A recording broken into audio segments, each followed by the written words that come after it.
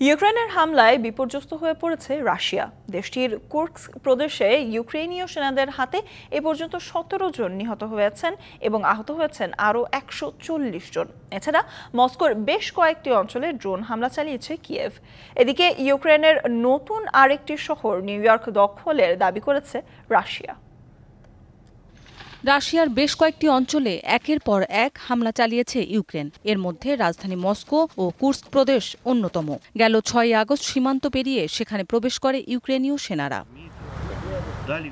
Kursk প্রদেশে ইউক্রেনীয় বাহিনীর অনুপ্রবেশকে বড় মাত্রার উস্কানি এবং সন্ত্রাসী হামলা হিসেবে দেখছেন রুশ প্রেসিডেন্ট পুতিন। জবাবে রুশ হামলা প্রতিরোধে কুর্স্ক প্রদেশকে বাফার জোনে পরিণত করতেই সেখানে প্রবেশ করা হয়েছে বলে জানান ইউক্রেনের প্রেসিডেন্ট ভলোদিমির জেলেনস্কি।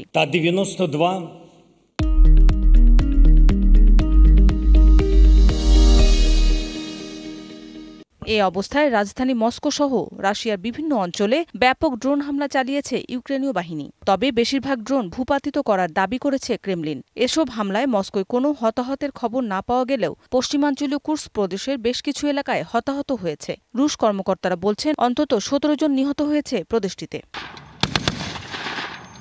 অন্যদিকে ইউক্রেনের পূর্বাঞ্চলীয় নিউ ইয়র্ক শহর রুশ সেনারা নিয়ন্ত্রণে নেয়ার দাবি করলেও অস্বীকার করেছে কিয়েভ। তবে নিউ ইয়র্কের আশপাশে রুশ সেনারা অবস্থান নিয়েছে বলে স্বীকার করেছেন ইউক্রেনের সামরিক কর্মকর্তারা।